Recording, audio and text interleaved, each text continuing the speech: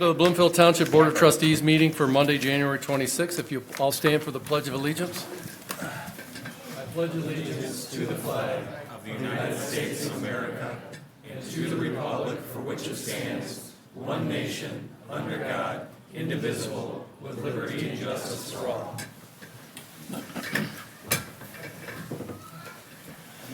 Welcome on this nice, cool evening we're having, and first item on the agenda is public comment. If you're here to have a comment about anything going on in the township or specifically to the agenda tonight, you can come up to the podium, and we ask you to keep your comments within 3 minutes.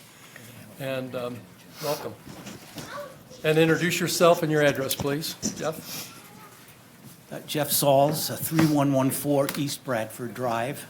I'm here, I would like to speak in full support of your notion to put a moratorium on sports courts.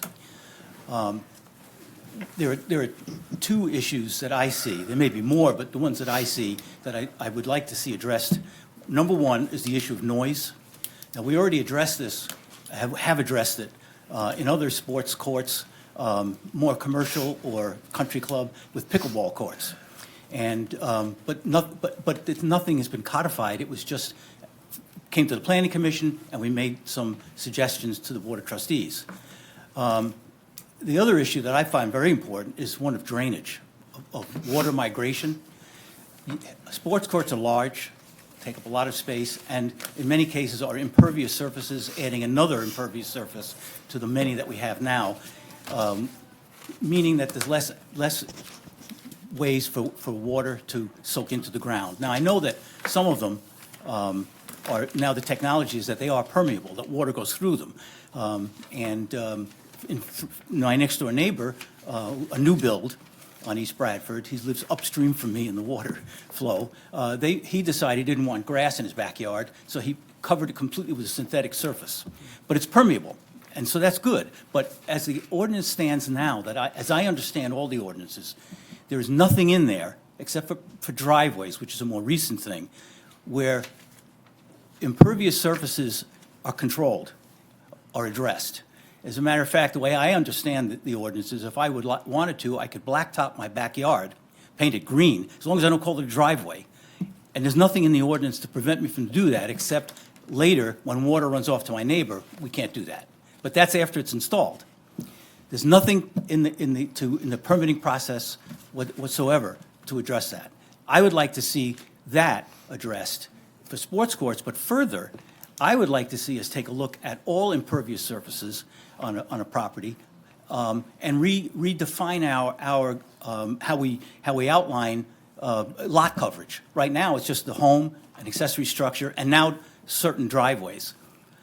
But outdoor kitchens and patios and terraces on pools and any other rough, impervious surface is not regulated. I would like to, personally, I'd like to see what you're looking at tonight go further and look at lot coverage completely and change our ordinance to do that. So I'm looking forward to seeing anything that you want to come to the Planning Commission, and we can give you our input on that. I thank you for taking our comments. Thank you. Thank you, Jeff. Thanks, Jeff.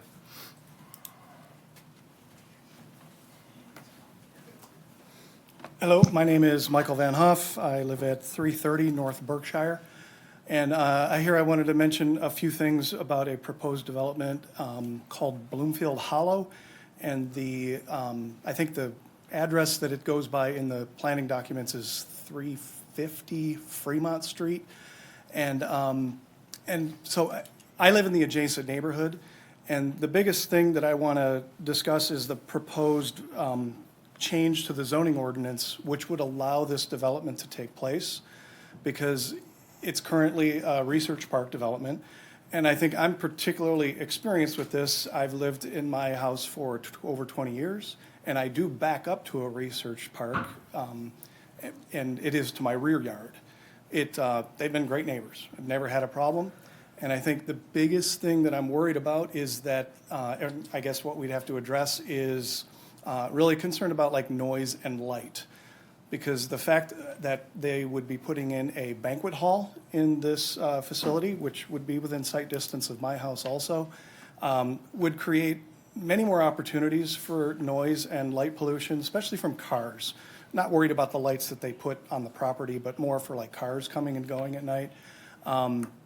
So, you know, if there are provisions that we can put in that would control those kind of things, obviously that would be very helpful. And also you know, increased screening and things like that. So essentially to use the special land use requirements, which kind of go over and above what either research park or banquet hall provisions call out, in order to give our neighborhood a little bit better chance of maintaining its aesthetics as it has today. So those are the main things. I know that there's going to be some steps coming forward. The process is a little strange to me because essentially they've already received a design review board approval, yet they can't do anything, of course, until the zoning has changed. And I'm sure they would have known this, or they do know this because of the fact that I'm sure they've spent a significant amount of money putting the effort into it just in making the engineering plans that they have today. So, so yeah, there's those things. There's other specific things that can be addressed later on, but ultimately it's to proceed with caution because it is such a huge departure from a traditional research park when you lump into it the idea of having a banquet hall in that facility. All right, thank you. You might want to come to the Planning Commission on February 2nd. Yeah, we'll be there. Yeah, for sure. All right, thank you, Michael. Thanks.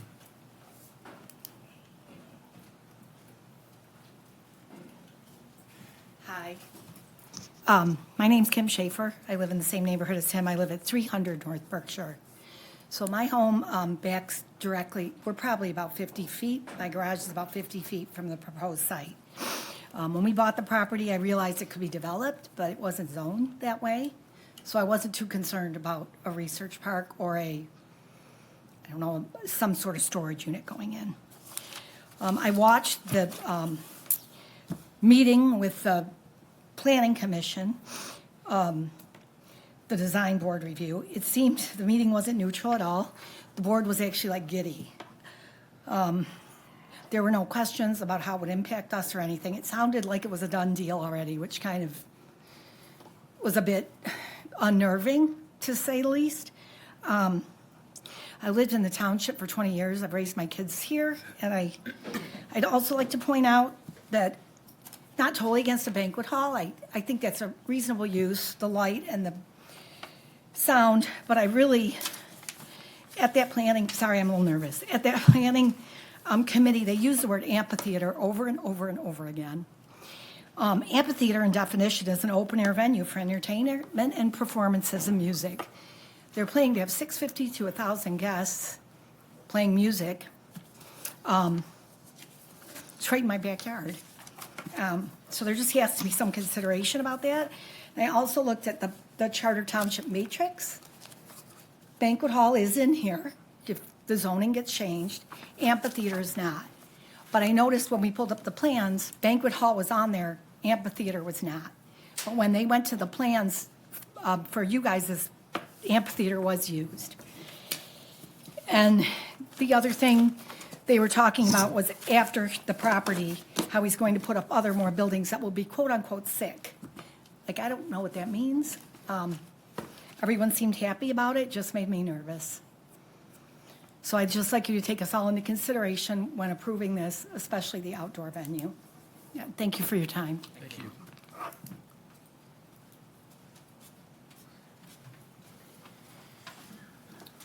Good evening. My name is Tim McCready. I live at 163 North Berkshire Road, Bloomfield Township.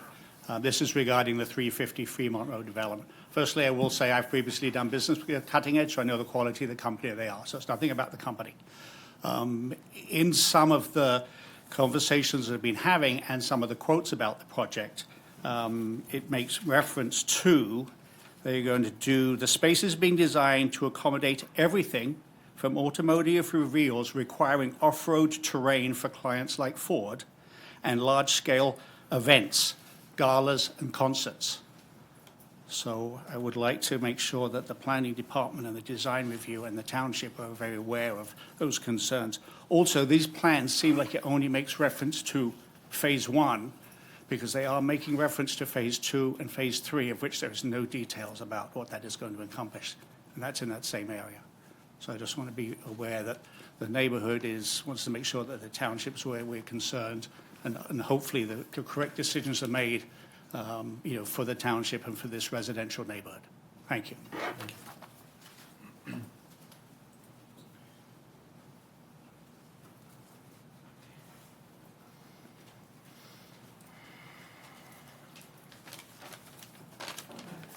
I'm Mary Alice LeDuc. I'm a Bloomfield Township resident. I'm here to talk to you about water. The cost of water in Bloomfield Township remains expensive and burdened with costs that are just not going to water and sewer. Excess charges are going to the general fund. This must stop. Water and sewer should not be a slush fund for overages in other areas. I am here to ask questions that elected officials and department heads should be asking. When was the last time there was a competitive review of the water provider for Bloomfield Township? We are paying very high non-resident rates to Saukwa. Why are the residents of Bloomfield Township subsidizing over $2 million a year in non-resident rates? There are alternatives. When was the last review of water suppliers? Why isn't there a competitive review every 3 years? Why is this information on a competitive review not available on the township website? Why are other communities sourcing their water and where? And why are we not talking to other communities about best practices for sourcing our water? Why doesn't the consulting firm Theis provide an analysis of water vendors and prices for review? All they seem to do is recommend rate increases. Why are the rates for Nakwa lower? When will this board and department heads provide answers to the water supply questions? Thank you. Thank you, Mary Alice.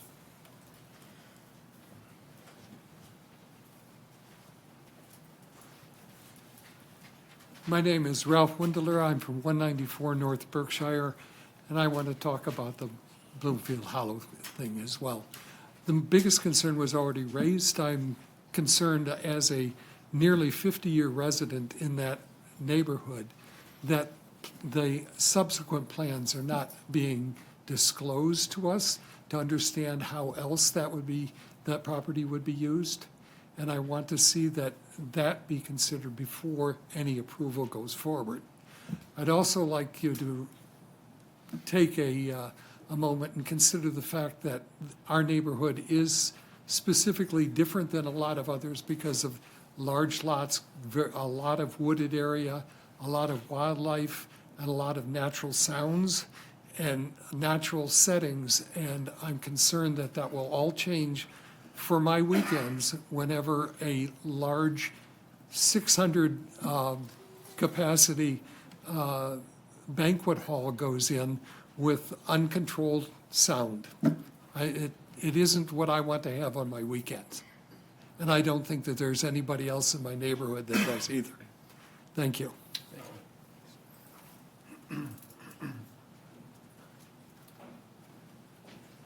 Hi, I'm Judy Windler, Ralph's wife. And as he said, we've lived in our house for 49 years. We were distraught when the M1 went in Pontiac. Every weekend, we hear the cars racing the tracks. We had no input for that. We can't do anything about that, noise-wise. We have to live with it. We're very upset about it. But at least in Bloomfield Township, where we do live, and maybe we have some input to the trustees, to please consider us. Pontiac couldn't consider us. They went ahead and did what they did and destroyed many, many, many Sunday mornings, Saturdays, but at least maybe Bloomfield Township could dampen what might happen in the evenings with the large weddings that could potentially happen. And it's not so much that any of us are against progress or that land being used for something. That's fine, it's got to be. People want to make money, they want to have a business, but if you could just please give some consideration to very long-term Bloomfield Township residents. Thank you. Thank you, Judy. If there's no further public comment, I'll close public comment and thank you for coming in and making a comment about Bloomfield Hollow.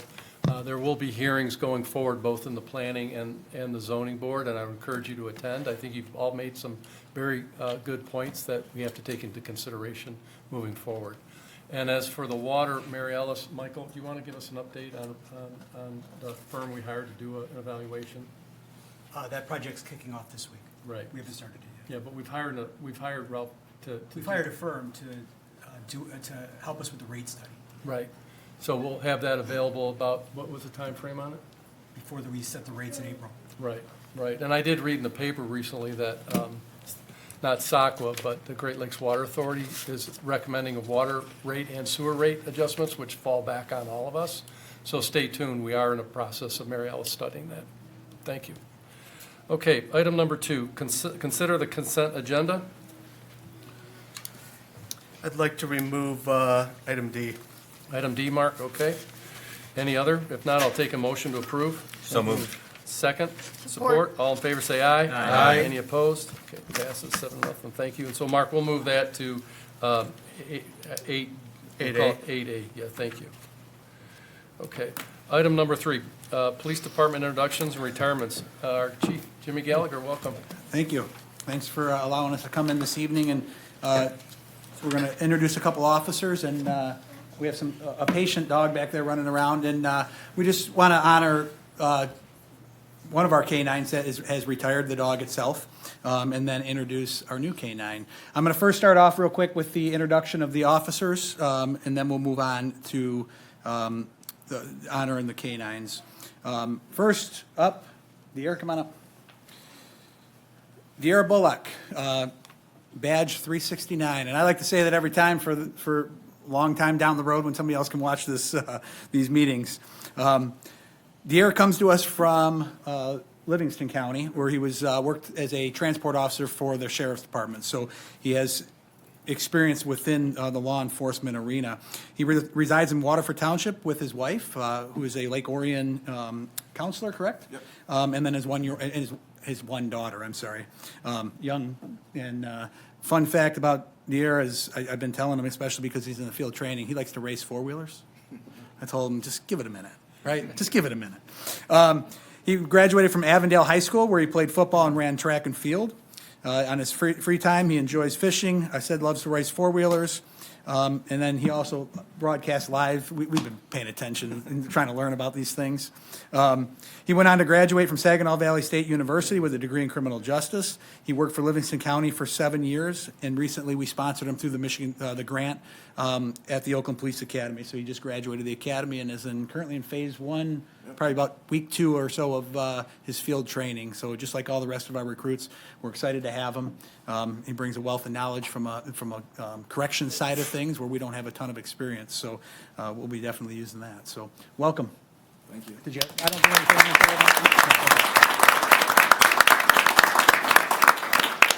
Kyle, come on up. Not as long for Kyle. He's a young guy here, right? Badge 370. Kyle grew up in Grand Blanc and attended Grand Blanc High School. Where did you graduate? 21. 2021. You need a walker, Jimmy? You can get out of here? I just laugh because I hear these guys giggling back here with me. He played soccer there and also enjoys golfing and hunting. I don't know if you guys know Officer Monty here, but if you saw Officer Monty when he hired on, I think we kind of got maybe a little twin maybe. Anyways, he went to Michigan State University. We'll forgive him. And he earned a bachelor degree in criminal justice. He's a recent graduate of also the Oakland Police Academy, and he started his first agency, and so we're excited to allow him to start his career here, and he knows he has to finish his career here. We've already talked about that, and again, he hired on with De'Ara, so they're both in phase 1. So Badge number? 370. So, yeah, a lot more than mine. So, and I don't think either have family here tonight. All their families came in when Martin did the initial swearing in and then roll call, so they got to see the swearing in ceremony. Where's Tom Box? Which one are you bringing up first? You want to do Rollo first? Has Rollo been outside first? So I did say that, and I'm going to let kind of Tom explain what type of dog Rollo is. I will say, just to give you, the audience and our residents an understanding, Bloomfield Township has the longest-standing canine program in Oakland County. Back in the 70s, at one point, we had 7 dogs with 7 handlers. How they afforded that, our entire program is funded by our forfeiture funds. So everything we do with the dog, whether it's their grooming, the vet care, any type of medical care that they get initially comes from that as well. The purchase of that also typically comes through forfeiture, but we've been very fortunate with the last few canines that we've had that they've been sponsored by residents. Rolo was sponsored by the Partridge family. We have usually a line of people who are willing to sponsor. Now, the cost between the training for Tom and the dog itself, ranges anywhere from $12,000 to $16,000. And so for a resident to offer that and usually pay for that up front, to continue a program that is very important to us. Both Angela and Tom are long-term handlers. Angela's a master trainer. She's back there she's keeping havoc. They don't really like to get along right now, so we have to keep them separate. But with that being said, they're both very experienced handlers, very well respected within the canine community, and so we're excited. Rolo's on the road. Actually, Havoc took his last car ride probably in November-ish, but we wanted to get him in front of the board after the holidays to introduce him. And so, Tom, I'll kind of let you explain the type and what he's trained in. Okay. So this is Rolo. He's a German Shepherd Belgian Malinois mix. He is all of 17 months old, and he's still a puppy. But I say that with the utmost respect to him because he is great at his job. From October through November, I had the pleasure to go to the Oakland County Canine Academy, where Monday through Friday from 8 a.m. until sometimes 7 p.m. we were doing nonstop training in the city. He is trained in explosives, and he's also a dual-purpose dog, which he can do tracking, article searches, or an article is something where evidence, something that holds evidentiary value to us. It could be something also something small. Someone lost their keys in the car or lost their keys in a parking lot. He's able to go find it. To also doing bite work, he is trained to go do apprehension. Just as happened to us. For him being as young as he is, I am extremely excited to working with him. Just from how much energy and how enthusiastic he is about the job. It translates up the leash to me, and I'm looking forward to working with him for the next, hopefully 9-10 years. Yeah. Thanks. And Yeah, he looks like he's ready to run a marathon. and I think Nick did. Heather posted a video today, I believe, on our website of one of his first tracks. It was an article search of a young man that was a runaway that we were able to find. He didn't find the runaway. The runaway found us, but we weren't sure what information or things he dropped as he ran from us through neighborhoods. And so there's a video, I think, posted online today of Rolo's first tracks, going over fences and things of that nature. So it's a pretty good video. That's so. great. Good deal. You want to you want to switch, or do you want to have Angela bring Havoc up? Sounds good. Havoc's like, Rolo, take my job.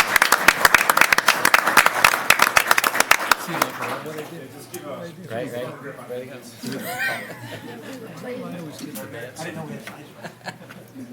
Just the way it goes. Are you showing off your tan? I'm sorry, are you just showing off your tan? Yeah, freezing cold. Oh, you should have stayed. Yeah, we were playing Havoc. Huh? Oh, really? And I did. They put together a nice slideshow for Havoc. Yeah. So obviously, Tom, we talk about the handlers a lot, right? These are the partners of these canine, the handlers themselves. And you got to remember, they're in a car with them all day long, and our vehicles are equipped that if something were to be, if they were in trouble, or myself was in trouble, on a call for service, they have a way to open that door, and that dog will automatically, the door pops open, and they know what to do. And so we're honored to have Havoc here. We're also honored to have Canine Officer Aaron Hunt from Wayne State University with us tonight, one of Tom's co-workers down at Wayne State. So Tom came here as an officer from Wayne State and was certified as a K-9 officer. Tom joined Bloomfield Township in 2022, and within a few months, believe it or not, we had an opening for a K-9 and nobody put in for it. And so Tom, having the experience, was awarded that opportunity. Odd for somebody that hadn't had probation yet. Usually you have to make probation, but with his experience and the recommendations of the rest of the agency and the work group that they work with every Thursday, there was really it was an easy decision on our end. With that, we didn't have to purchase a dog. Tom had brought Havoc with him, and we were able to buy Havoc from Tom for $1 and basically rent him for us, and then we refunded that $1 when Havoc retired.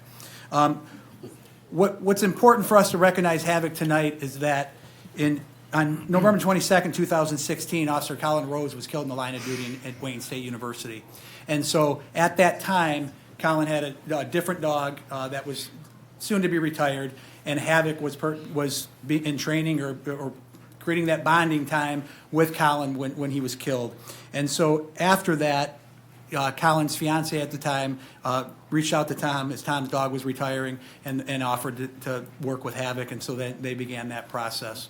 And so I think it's very important, while we always want to recognize our dogs, and this is something we should be doing that we probably haven't done well enough in the past, is that we're honored that Tom took on this responsibility. We're honored that Havoc was able to continue his work and serve Bloomfield Township's community with the tragic loss of his own. And again, I thank K-9 Officer Hunt for being here representing Wayne State tonight. It's just important of who we are and what we do in this job and the sacrifices these K-9 officers, and I know there's some others from other groups, the dedication and the time they put in to training and working with the dogs. I say the dog, but they're part of our family. If you go downstairs, I think everybody was excited to see Havoc today. They spend time in dispatch. They are just as much welcome in our building as any one of the officers. And so with that, Havoc served us for 3.5 years and retired actually on his 11th birthday, which was November 7th, 2025. So today we honor Havoc for his 11 years of service.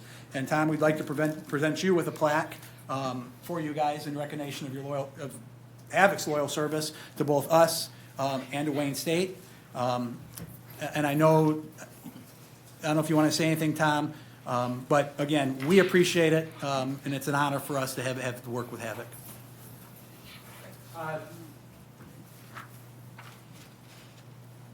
Thank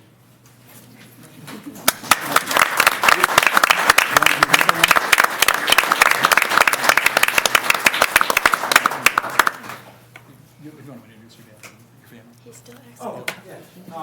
Yeah. So here with me, an overwhelming amount of support for me tonight. Obviously, I have my entire crew from Theis, nice lieutenants, sergeants. It's thank you guys for being here. I have Officer Carlson, as Chief mentioned, she's a master trainer. Very thankful for her to be here to help handle divvy up the load. Officer Hunt, I worked down with him. Oh gosh, 2021 we started working together at K-9, and it's been a privilege ever since. With the Cadet family, they were there since the beginning, and then I have my family. I'm sorry, the foundation. I couldn't thank you guys enough for even the support. We just recently met with probably in the past few months. You guys have been a tremendous support to not only Bloomfield Township, but the rest of the community. Over here we have my family, very good friends. We have my mom, who is training my children right now. We have my father, Andrew Bobs. I have my wife in the back. She does not get enough credit for what she does, especially with having being home now. And having to do what she does, I can't do it without you. So thank you. And I also have my wonderful neighbors. I just moved to a new area, probably about a little over a year ago, and we've been extremely blessed to have you guys as neighbors. So thank you guys for coming out. That's so sweet. Great. Thanks, Tom.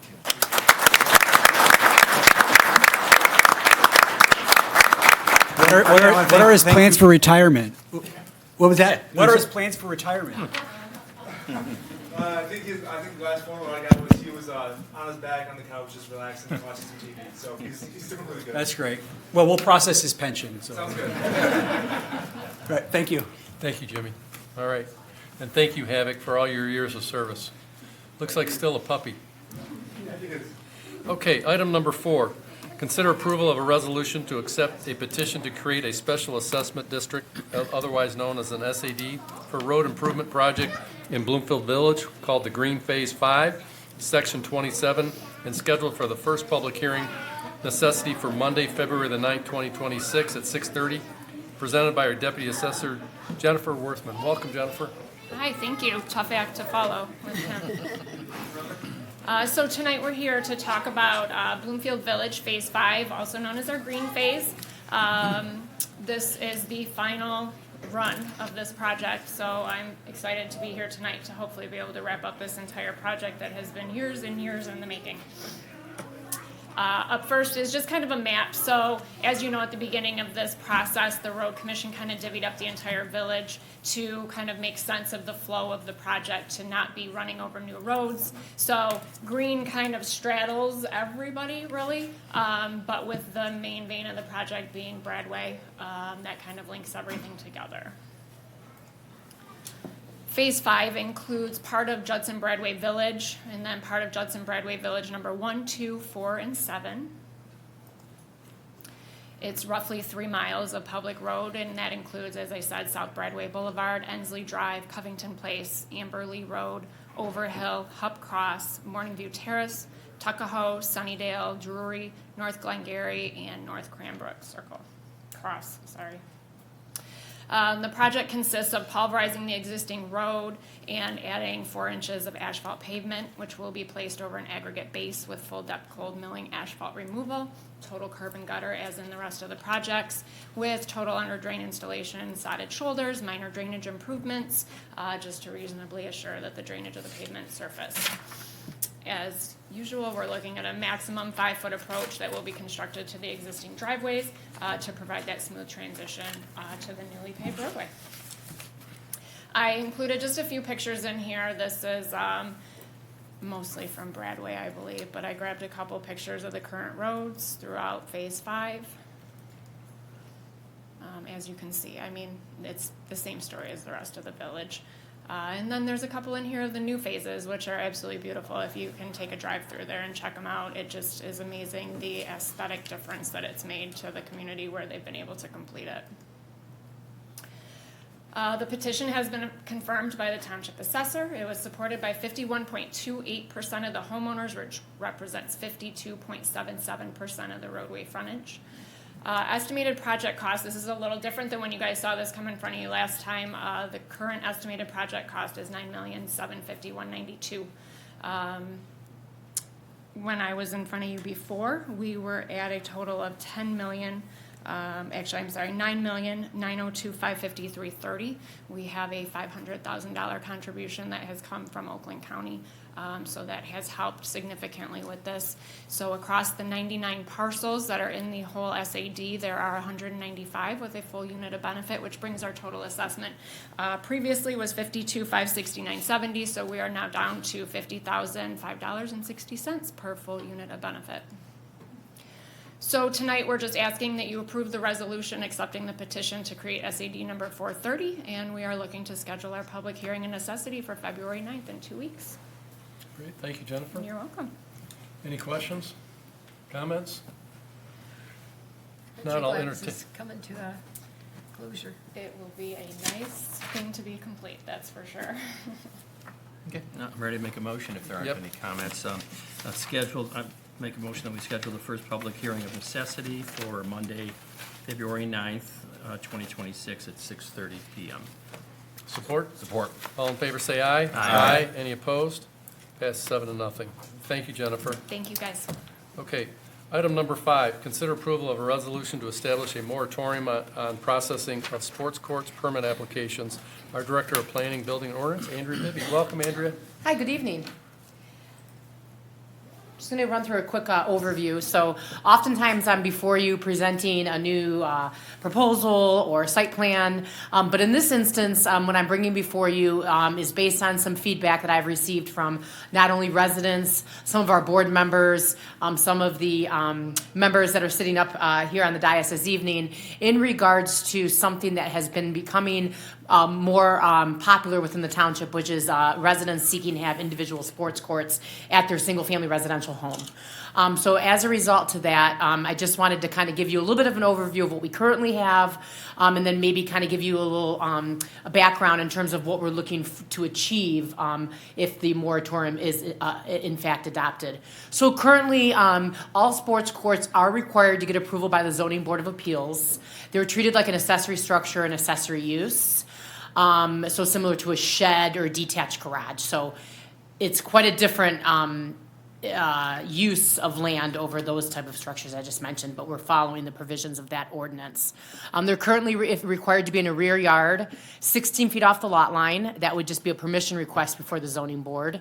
Oftentimes, though, in addition to that permission request of them wanting to locate it on their property, there have been instances where people are seeking to have fencing around their sports court that oftentimes may exceed our fence height provisions over 4 feet. Oftentimes, there are situations where they come before the zoning board asking for smaller setbacks.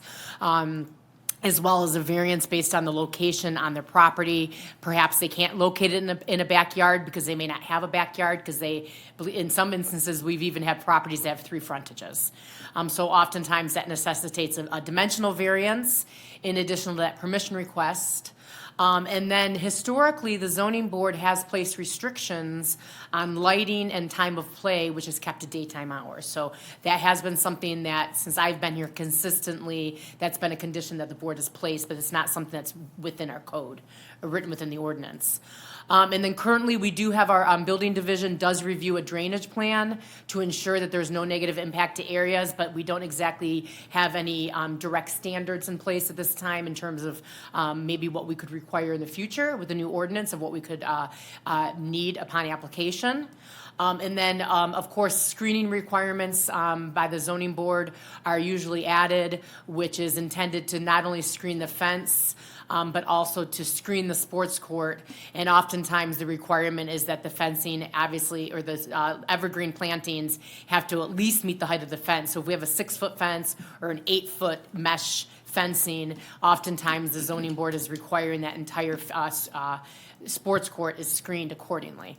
So that's currently how we are managing these proposals that come before us. Recommendation for a moratorium would give us an opportunity to explore best practices nationwide. As many of you, I'm sure, are familiar with the fact that pickleball is becoming very popular, as well as getting the attention of people that have concerns about the quiet nature of their surroundings. So this would give us an opportunity to maybe look at sound technology, explore acoustic screening or other options that are out there. We may be considering size of a parcel, minimum lot size. We may talk about the size of sports courts. That's another thing that's been varying very much, that's gone before the zoning board. We've got half courts all the way up to full-size tennis courts with an established sporting apron around it. So those can oftentimes get up to 160 by 100, but pretty significant size sports courts. We could also look at appropriate setbacks. That may be something that we would consider. You heard earlier from our chair of our planning commission having concerns that I've also heard from other representatives of the township and residents is a concern about the drainage and impact related to these sports courts. Also, just developing guidelines that would be a good balance between property rights and neighbor impact. So anytime we're looking at these zoning ordinance amendments or considerations, this moratorium will allow us an opportunity to kind of get that input and kind of take a look at possible solutions that the board would be supportive of. Also looking at appropriate landscape provisions, fencing and or netting requirements, and formalizing that lighting prohibition. Like I stated earlier, oftentimes that's a condition from the zoning board, but that would certainly be something that we'd be looking at to formalize as part of any ordinance language. So if the board were inclined this evening to, there is a document that was prepared by our township attorney in regards to the moratorium for sports courts. The next steps for the Planning, Building, and Ordinance Division would be that we would research the history of sports courts within the township and trends, hold a study session with members of the boards or residents to gain feedback. Talking about maybe engaging with HOAs, getting an idea of maybe some local subdivisions that may be having some particular issues or concerns. So give it an opportunity to also engage with the residents of the community and get some valuable feedback. And these are just examples. We could seek input via a simple survey maybe that could be administered alongside the HOA. And then ultimately, we'd want to work to prepare draft language based on that research and feedback. And then ultimately, there would be public hearings that would be held as part of this. So I just kind of want to give you a little reasoning for the background, as well as explaining what the goal would be from Planning, Building, and Ordinance to kind of help address this, this issue that's becoming a larger concern township-wide. Thank you, Andrea. Any questions or comments? No, my only comment is, as you know, Mike, I've certainly have been one of the board members that very much in favor of the moratorium. Seeing sports courts really just have become much larger, as you mentioned, and they're having more of an impact on surrounding neighbors. So I think it's very important that we take consideration different things that we can do to not only minimize the impact on surrounding neighbors, but also drainage, as our chair of the Planning Commission certainly referenced. And there's a number of other issues that you have brought up. They're all important. And I think in addition to that, when we had the consideration of the BAC and pickleball, saw firsthand the impact that we can have on mitigating sound and requiring sound abatement and different things that we can do. So all these things need consideration to just improve the quality of life for the surrounding neighbors. So I certainly am very supportive of the moratorium. Yeah, and I agree very much with what Neil said. I know one of the things is I live in a sub with larger lots. We've just had 3 of them happen very quickly. But you have a large lot, that's one thing, but some of these abut neighborhoods that have smaller yards, which puts that much more of an impact for sound, for visible, to the adjoining subdivisions too. So I think there's a lot going on here, and I support that we take a closer look. Thank you for bringing it to us. Yeah, I'm in total agreement with Trustee Barnett as well as Trustee Murray. This is something that I've said probably on ZBA a few times, so I'm glad we're looking at it. But again, the balancing of property rights as well as the impact of neighbors is kind of really important, right? I want our neighbors in our community to be able to invest in their properties. This is important to them, but how do we do that without to minimally impact our neighbors? So again, I appreciate you and your team taking this time to do this and to take the time to research it. So thank you. And with that, I'd love to make a motion that we approve the moratorium as submitted. Support. Support. All in favor, say aye. Aye. Any opposed? Passes 7-0. Thank you, Andrea. Thank you. And back up again with Andrea is a consider approval of a resolution to establish a data center moratorium. Yeah, this was actually brought to our attention very recently with our township attorney, Mr. Anthony Chubb, as it relates to as you were seeing a lot within the media around the state of Michigan. You'll see a lot of communities, Northville very recently. I believe Livingston County, Howell is doing it right now. So we're kind of following suit in the sense where data centers are still very much an unknown entity.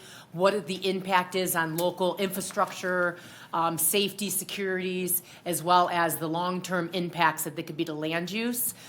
We don't have anything currently on the books with our ordinance that we feel would satisfactorily address some of these potential land use concerns that we have. So based on recommendation from our township attorney and experiences in other communities, I would recommend, I think it would be good practice to place a moratorium on any potential data centers until we have an opportunity to explore requirements as well as consider even where these would be an opportunity within our township.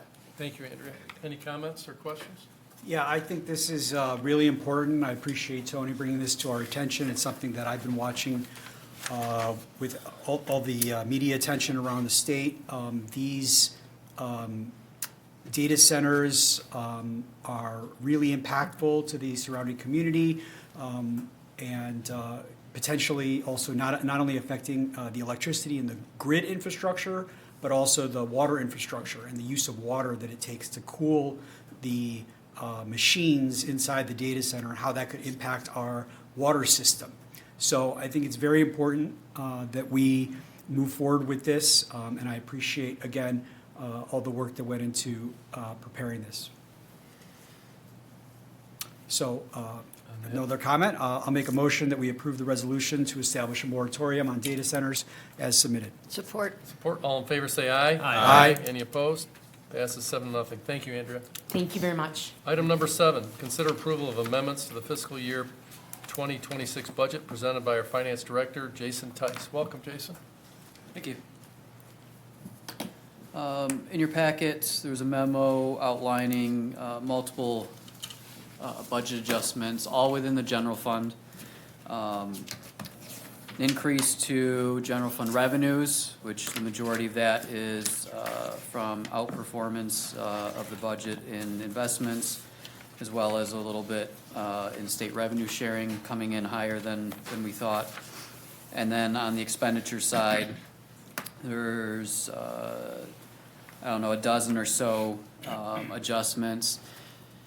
Some of those are increases to individual activities within the general fund, and then you'll notice some of them are going the opposite way, where there's not as much being spent in specific areas, and so we're pulling that back and reallocating those to other areas of the general fund to be as efficient and flexible as we can be, with the ultimate goal that by the end of the fiscal year, we'll be able to maximize the amount that's left over as a potential transfer out to equipment fund or long-term liabilities.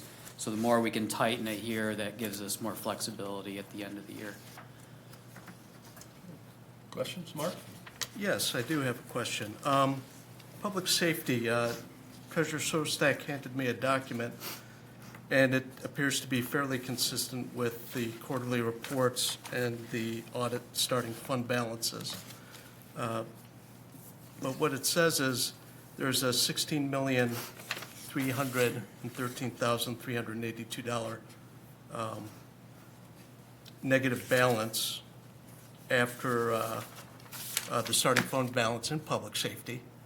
And I would like to know how those obligations were met on December 31st. Where were the funds pulled from to pay those expenses? So I don't have in front of me what you were given by the treasurer. Do you want this, Jason? And he's referring to this number right here, right there.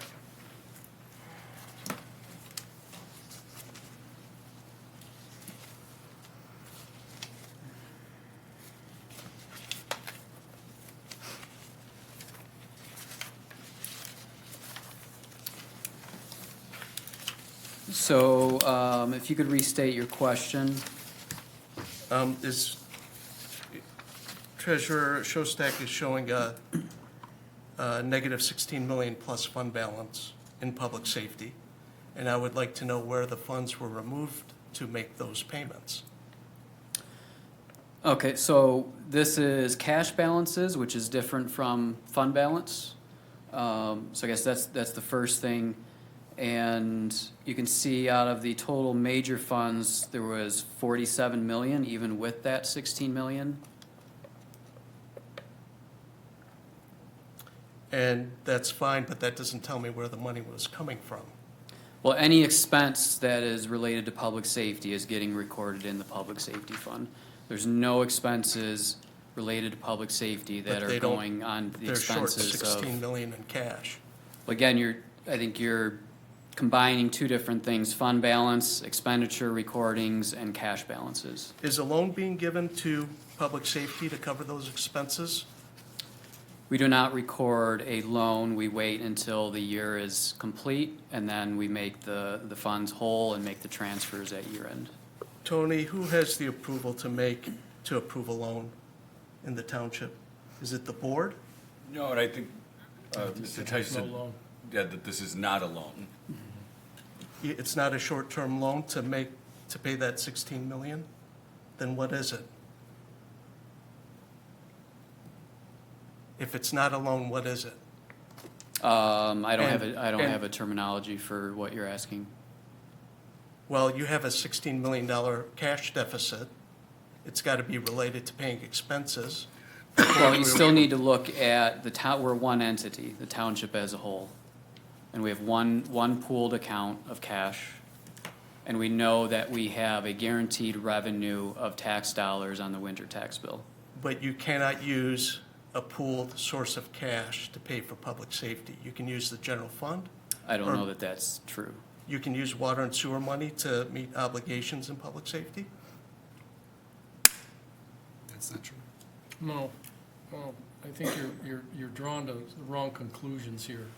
You have to understand the difference between a fund balance and a cash balance. Well, then And then what we is- collect a millage. We collect the millage annually in February, right? That's when we get all of our money. Yeah, but And then the we collect- expenses we- went out in December, Mike. Pardon me? The expenses went out prior to December. Right. And I would like to know how that negative $30 million balance is being addressed in the quarterly report that's in our board packet. It's not I- a negative 30 million. I think what Michael's referring to is we spend through the millages, and we have 3 police millages, right, that we spend through. You don't get the money until the taxes are collected. Right. I think his numbers are accurate, But then and what I'm asking I think is, what you're missing here is that we take the money from the millage, and if we don't need to use it right away, we invest it. did you right? get the money from the millage yet?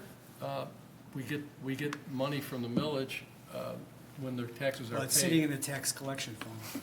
Right. So, of the 42 million in the tax collection fund, you collect, I'm asking about the 16 million for public safety. You had cash going out, the vouchers were approved by a majority of the board, and I'm asking where the money is coming from to make those payments. The board only appropriated 9.5 million in transfers, that's far short of that 16 million. And I'd like to know how those obligations are being met with the cash on December 31st. The auditors do not look at this. They made that very clear during their presentation.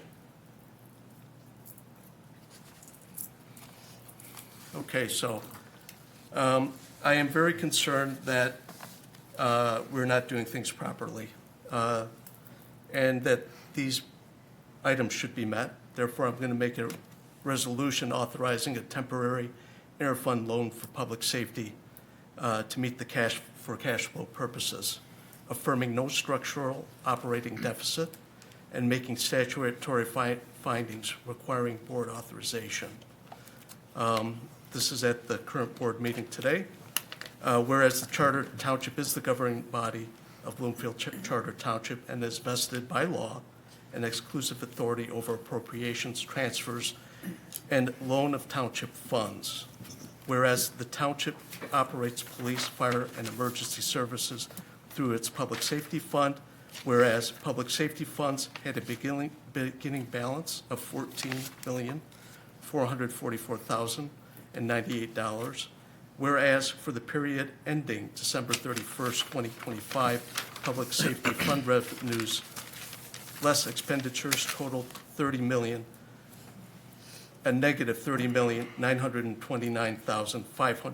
$30,929,544.90, reflecting a temporary cash flow timing mismatch between operating expenditures and receipt of property tax revenues.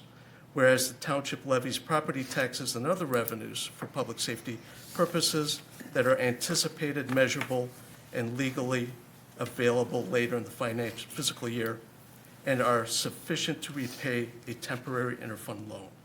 And whereas the Charter Township Board expressly finds that this cash flow condition does not constitute a structural operating deficit, does not represent expenditures in excess of authorized annual revenues, and does not relieve Township of its obligation to maintain a structurally balanced budget.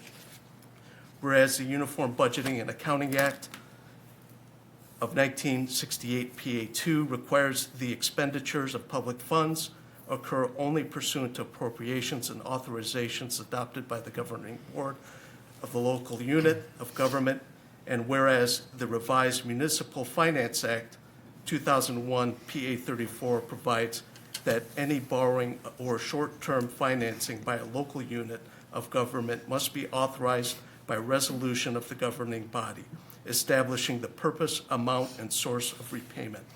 Whereas Michigan law governing township finances and public safety funding, including MCL 41801, expressly contemplates that any transfers or loan of funds for police and fire purposes must be authorized by resolution of the Township Board and repaid from legally available revenues. Whereas generally accepted accounting principles and guidance issued by the Michigan Department of Treasury require the interfund loans be formally authorized, clearly documented, transparently reported, and repaid from identifiable future revenues. Whereas the Charter Township Board acknowledges the oversight and review authority of the Michigan Department of Treasury with respect to township budgets, accounting practices, and short-term financing actions. Now therefore be it resolved that pursuant to the Uniform Budgeting and Accounting Act, the revised Municipal Finance Act, and applicable township statutes, the Charter Township Board hereby authorizes a temporary interfund loan from the general fund or other legally available township fund as determined by the township treasurer to the public safety fund in an amount not to exceed $17 million solely to address short-term cash flow timing related to delayed tax collection. This interfund loan is expressly authorized as a temporary non-recurring cash flow measure and shall not be used to finance recurring operating expenditures or ongoing shortfalls unsupported by annual revenues. The loan shall be recorded in accordance with generally accepted accounting principles as an interfund receivable of the lending fund and an interfund payable of the public safety fund, and shall not be recorded as revenue expenditure or fund balance. Repayment and sources. The Uniform Budgeting and Accounting Act 1968 PA2 requires the expenditures of public funds occur only pursuant just one.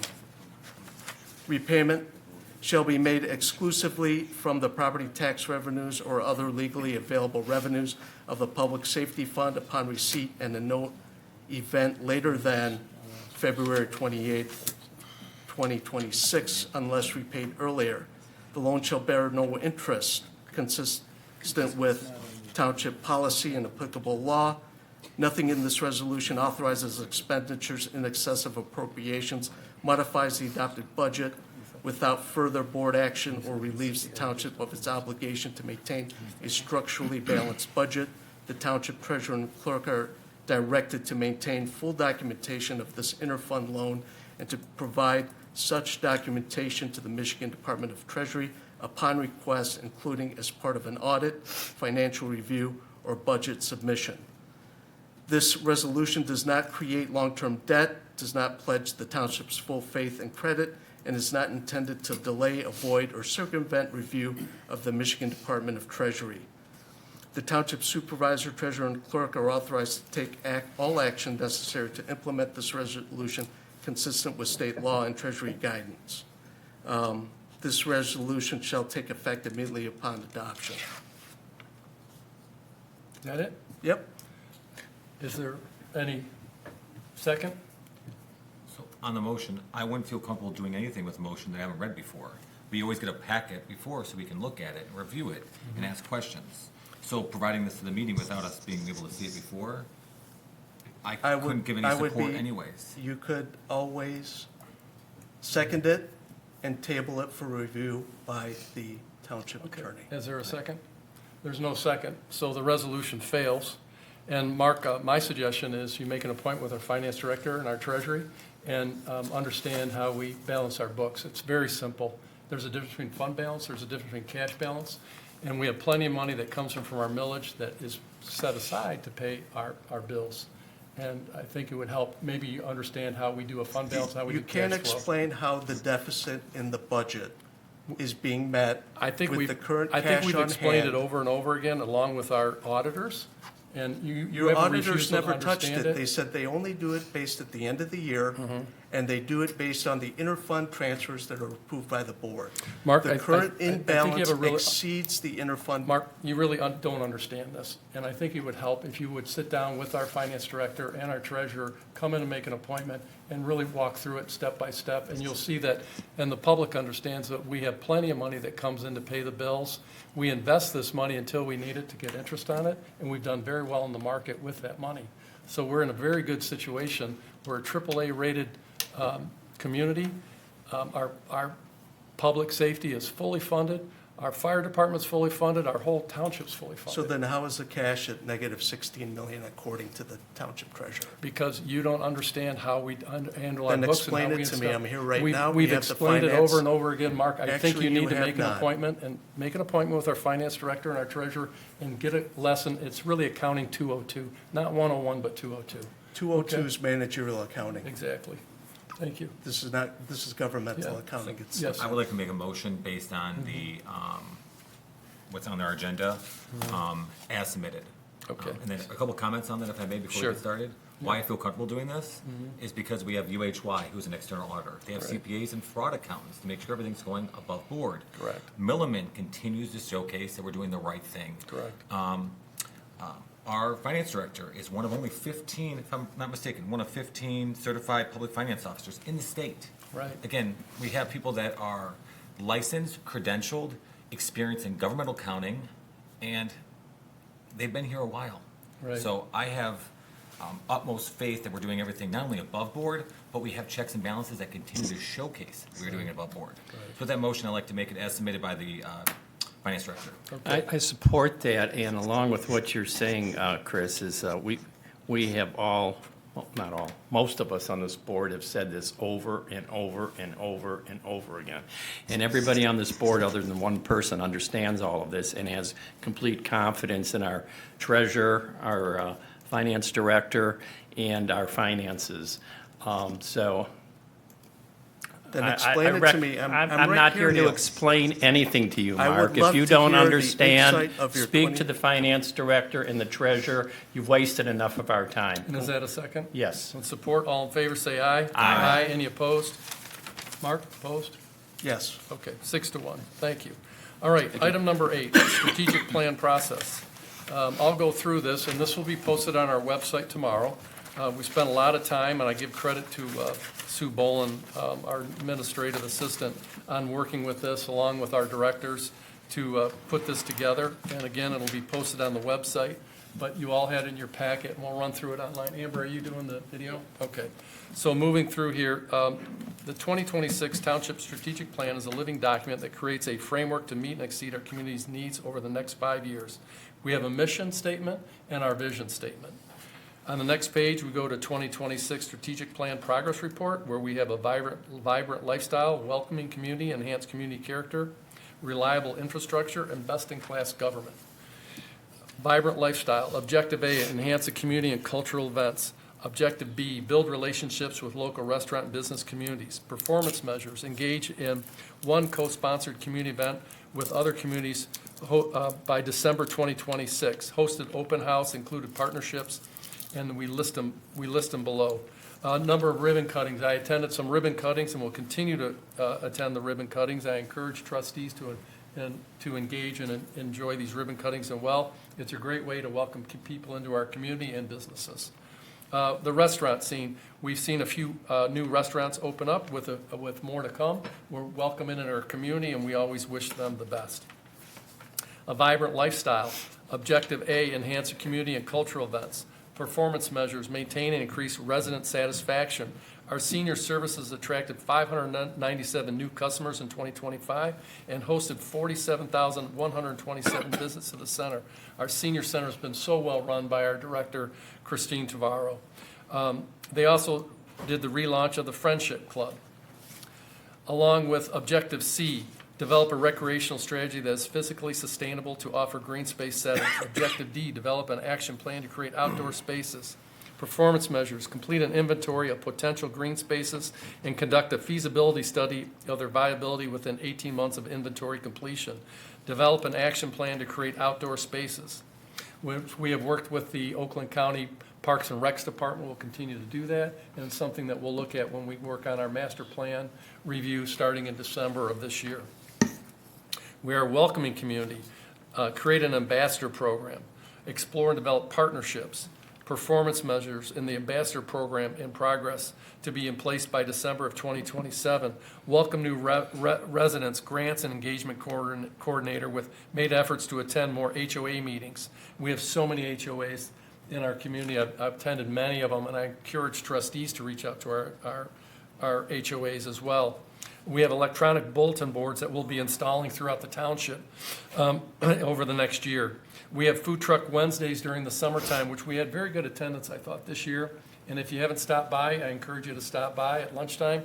It's always fun and a good time to mingle with the employees and also some residents. Continually updating the township website to keep residents informed. As a welcoming community, we produce a calendar of events. We develop a brand identity. We have a calendar of events launched by December 2026. Maintain and increase resident satisfaction through township communication and community events. A welcoming community, objective E, promote the brand identity, performance measures, increase the community participation. Let me know if I'm going too fast, but this is all on the website. It'll be posted tomorrow, and I don't want to sit here and read line item by line item if you're okay with that. This is great. Okay. Enhance the community character. Objective C, revisit the township's tree preservation protection policy, which is being led right now by our township clerk, Martin Brook. Performance measures, number of tree preservation applications. Working team begin meeting to update in October 2025 to update the tree preservation and protection as has been asked by our community over and over again, and I'm glad we're doing it. Thank you, Martin, for that. Enhance the community character, objective E, and engage with Preservation Bloomfield, the Historical Society, and the school district. Performance measures, number of meetings, and bicentennial committee. We're going to have a nice celebration in 2027 that's being led by our treasurer, Michael Shostak, and as well by our, as a steering committee, and by our work group headed by Nick Soley. Reliable infrastructure, invest in technology to analyze, improve, and provide resilient infrastructure that meets needs to the service of our community. Performance measure, complete a comprehensive organization-wide technology assessment to identify needs of the township. Reliable infrastructure, continue the execution of the township capital improvement program. We did a number of capital improvements, including the Bloomfield Highlands Water Main Project, which I got to congratulate our engineering and our DPW for working on that. It was a very long, hard-working project, and the neighbors that had to live with that, it was a very challenging situation for them. The Verner Estates Water Main Project that completed just in time as winter approached. And then next year, they start to go with their new paving project. It's going to be beautiful for that community. Objective C, maintain and increase resident satisfaction. Annual town hall for utility providers. We understand we have a problem with our small cell wireless. We're actively working on it, being led by our township clerk and getting much assistance from his staff on that, where we're going to have some open houses to try and resolve this issue. Because as we know, when you drive through the township, especially certain areas, there's very little, if any, cell phone coverage. Objective C, maintain and increase resident satisfaction with public utilities by hosting annual town halls for utility providers, which I think is so much needed right now. We have outages with DTE. We have other issues maybe with consumers. We also have cable and communication issues that we have to address as well. We also have the water replacement program, which is moving along. We have snow removal right now, which is tasked at an all-time high level with the winter that we're having right now. In December alone, we had 17 events where normal we may have 4. You know, we're going through more salt than we've ever seen before. Our plow trucks are out there, almost on 16-hour shifts. We set up cots in the DPW so our drivers can come in and sleep and then get right back on the job again. We feed them, let them sleep, and they get right back on the job. That's how severe our winter is right now, and our DPW has addressed the situation. It's incredible the amount of time that they're putting in right now. Best-in-class government, establish an employee retention plan that includes competitive compensation, professional development. And I have to say, this has really been led by our treasurer, Michael Shostak, who's done a wonderful job in negotiating contracts with all of our different unions, and that we've all completed and we've all supported. And thank you for that. And thank you, Michael. Performance measures, we've established a human resources department. We've hired a human resources director. She has been so busy, it's hard to even get time with her now. It's hard to believe that we haven't had one in place, but yet it's moving, and everybody has really embraced it for the most part. And thank you, Jennifer, for coming on board and leading us down a path for a better relationship with all of our employees for what a human resources department can bring to the table. Employee wellness. We're constantly working on employee wellness with our insurance provider, Cigna. We appreciate their time. Our retention program, Michael introduced a program, our treasurer introduced a lifetime income program. When people come to retire, they can invest money from their 457 or 401A, which is a wonderful program. And I think he's held a couple of classes, and we've had good participation on that. And time will tell as people retire that have this 401A or 457 that they can invest in to bring themselves some sort of an annuity. Updated benefits to remain competitive in recruitment and retention. And successfully, as I indicated, Michael has negotiated a 3-year contract with all of our union employees. Best-in-class government. Establish an employee retention plan that includes competitive total compensation, professional development, and training plan. And that's something that we want to work on to be able to have our employees help recruit other employees, and they benefit from that. Performance measure, training hours completed annually as reported by each department. Best-in-class government, objective B, establish an employee recruitment plan. Performance measure, develop the recruitment plan by December 2028 for police and DPW, some of our larger departments, where have to be very competitive in recruiting and retaining people, as most communities at time when I came here, it was almost like a merry-go-round, but I think we slowed that down quite a bit. Best in class, continue our strong, efficient financial management practices. Thank you, Jason. He just left the room. Performance measures, increase grant funding, Police Assistance Academy. We've had a wonderful opportunity, over last year, enrollment in the Police Academy, where we filled over half of our vacancies, and we're down to single digits now.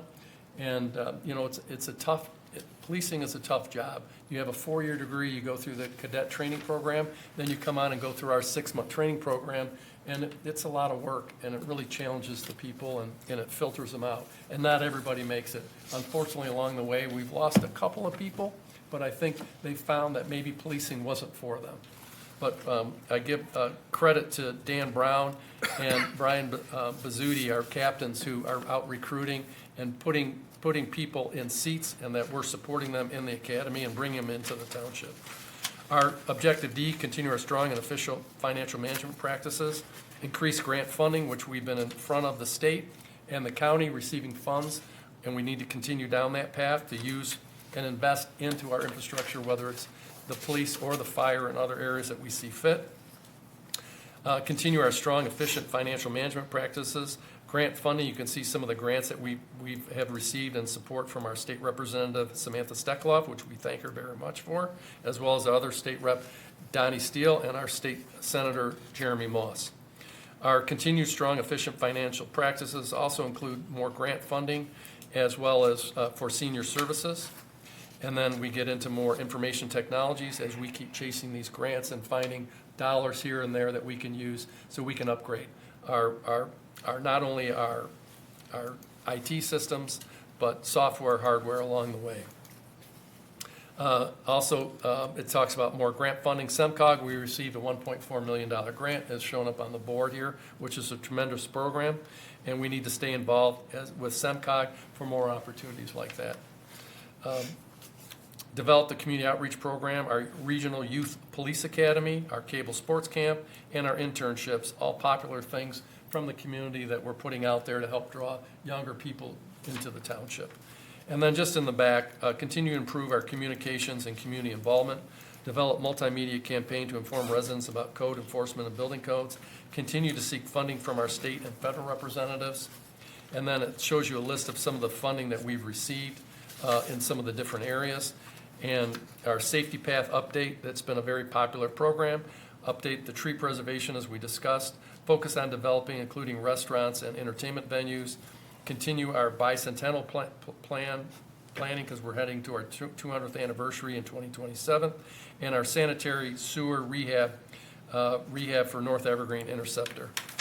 And then finally, our storm drain projects, our water main replacement projects, continued growth in the Human Resources Department, and it's never ending, isn't it? But I'll stop there and say thank you, and this will all be on the website tomorrow. And if you have any other suggestions or comments, please feel free to share them with us. Thanks for presenting it. That's great. It seems like you're very busy. Yeah. Well, I'd like to thank again Sue Boland, who worked on this, and our directors that all participated. It's a process that we've started, and we're going through, and hopefully it'll all help us focus on where we're going forward. Yeah, be sure and make sure that the trustees all get those ribbon cuttings, because I don't think we always get them. No? Because I saw online that we just had the one for tea times, but I don't recall that we got that, and so. The Tea Times had two. Which one? Two? Yeah, they had the one of the big storm 2 weeks ago, Wednesday, and they still had a good crowd, but they're doing better. We went in there and they're really picking up their business. It's great. And then the streetcar slider bar is going to open up, I think, in another week, and I think we're going to have an event there. I hope we can all attend and be there for them to show our support. Sure. It's going to be a welcome addition to our community. Okay, but we'll check on that one for you. Make sure you all are getting the invitations. Yeah. Because we all want you there, right? Okay. And that concludes the strategic plan, and I'll move to 8A, Mark, which is approval of payroll vouchers for January 25th.